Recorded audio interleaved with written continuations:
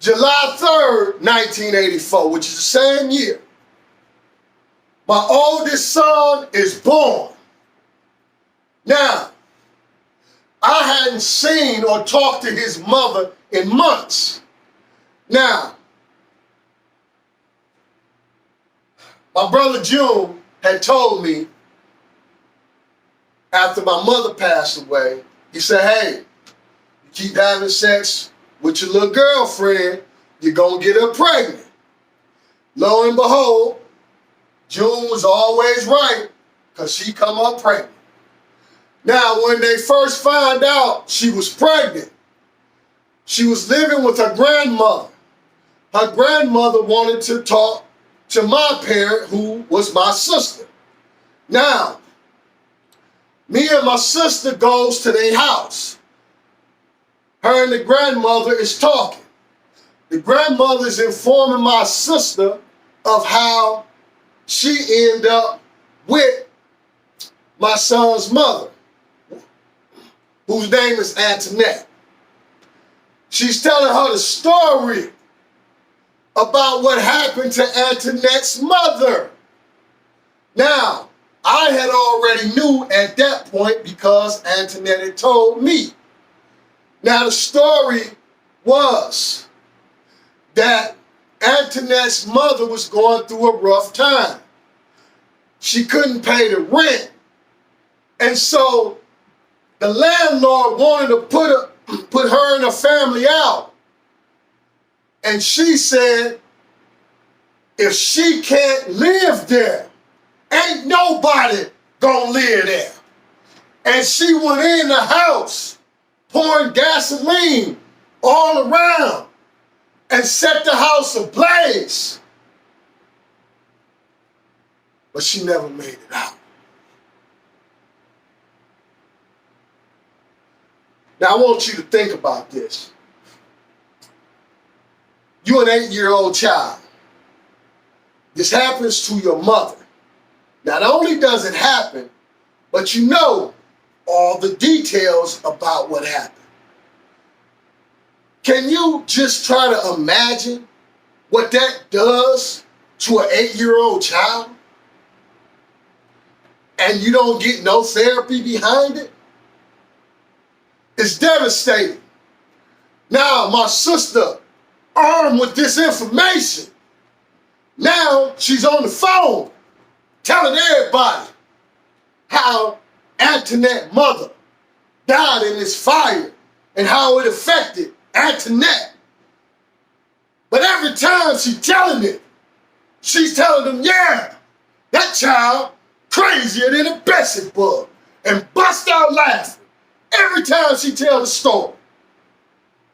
Now here it is, I was a 13-year-old kid then. And every time I heard her do it, it rubbed me the wrong way, because I had enough sense to know that ain't nothing you laugh about. But see, my sister did this back then, and she still do this today. She did it a few years ago when my brother June's daughter attempted suicide. She came out laughing with the same words. That child crazier than a Bessie bug.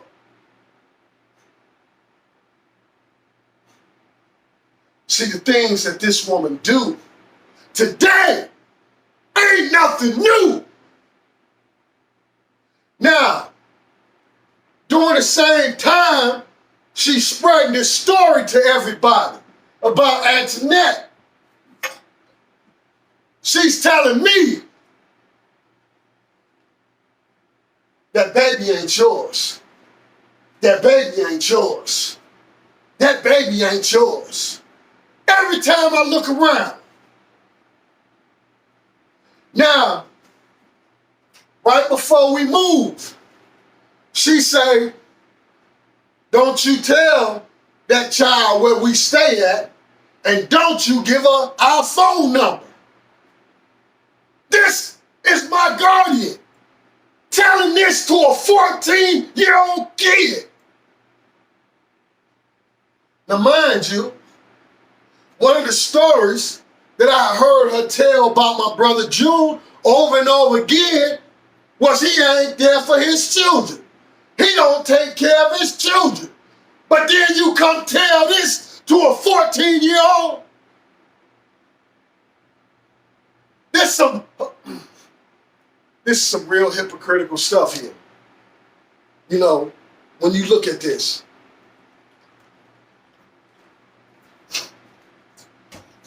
But this is what she does. Now, because she was beating this in my head over and over again, when we moved, I lost contact with Antoinette for months until the day my son was born. Now back then, because it wasn't no internet, nobody had computers, the internet was word of mouth. You tell somebody and they know somebody and they know somebody and then it finally get to you. Well, that's what happened. I got the news my son was born. They was at the hospital. My sister at this point got a new boyfriend. She driving one of his cars, but I asked him to take me to the hospital because I already know how she felt about the situation. Now, I get to the hospital. I'm looking through that glass, seeing my son, and he looked just like I spit him out. After all this from this woman, this ain't my child.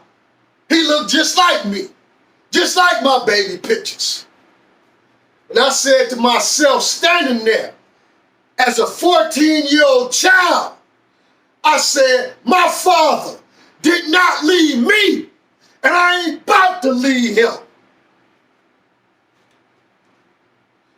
After they get out the hospital, me and his mother started hanging out. Now, mind you, I can't take them to her house because I know how she feels. So me and her meeting up, going to my mother's house. It's summertime, so my brother June is still there. Now, when we get over there with my brother June, you know, my brother June is kind of coaching me how to hold him, how to keep his head up, how to feed him, how to burp him. You know, he's teaching me about a baby. Now, this go on throughout the summer.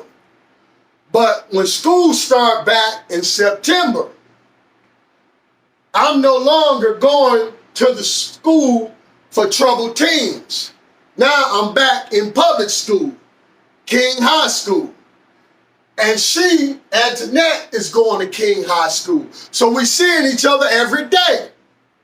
Now, because we seeing each other every day, Antoinette started coming to the house with my son.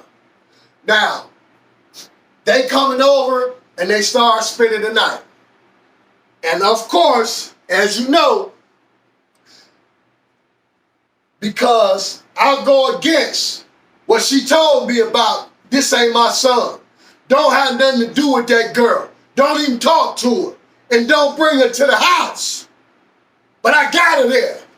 So now it's on every day. They don't need no baby. They don't know nothing about how to take care of no baby. They don't need no child. Everybody she talked to, every day, every family member, every friend, this is what she telling them. But here's the thing. You my guardian. I ain't got no parents or no other grown folks around. Why you can't do like my brother June? Hey, it's how you do this. You do that like this and you do this like that. No! We're never none of that. Constant stories about what we can't do, what we don't do, every day. It was on. Anything I did, it was a story. She was coming. Anytime she come in the house, you knew what to expect because she coming in with attitude, coming in, talking, slick, for no reason. And every time she got company, because she's telling these stories about me, they feel the need that they can comment on what she said over and over again. Now, I look up and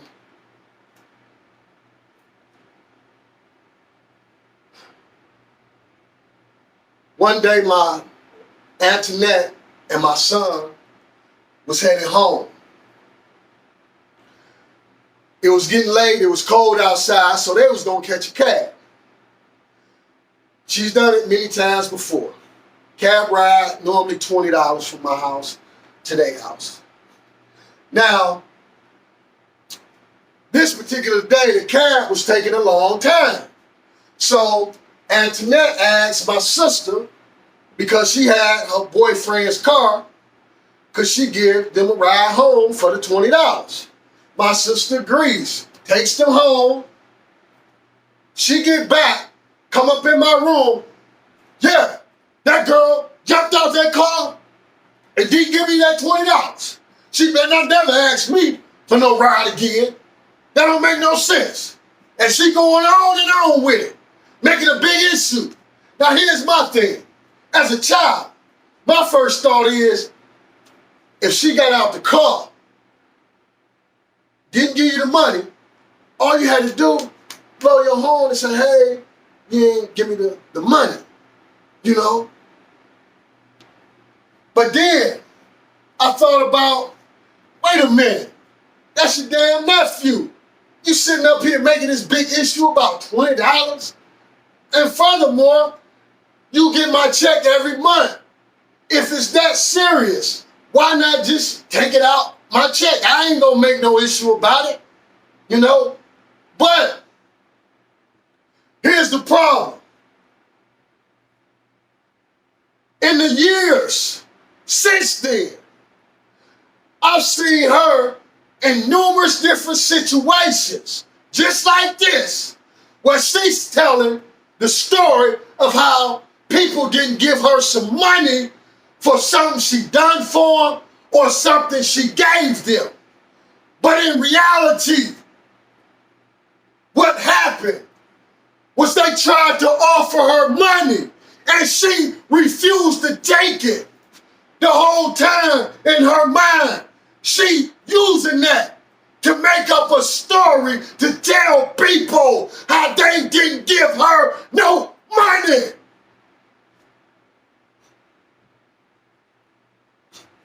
She's done it to me, my older sister Lou, her own children, and even way back then to Antoinette. Because I guarantee you, that day they pull up at the house, Antoinette probably tried to give her the money. She probably said, oh, girl, don't worry about that. That's my nephew. I ain't worried about no $20. Antoinette get out the car thinking, you know, she looked out for her. The whole time, she couldn't wait to get back home to tell me the story. How Antoinette ain't give her the money. Yeah, it ain't no lie. She didn't give you the money. But you leaving the part out that she offered you the money.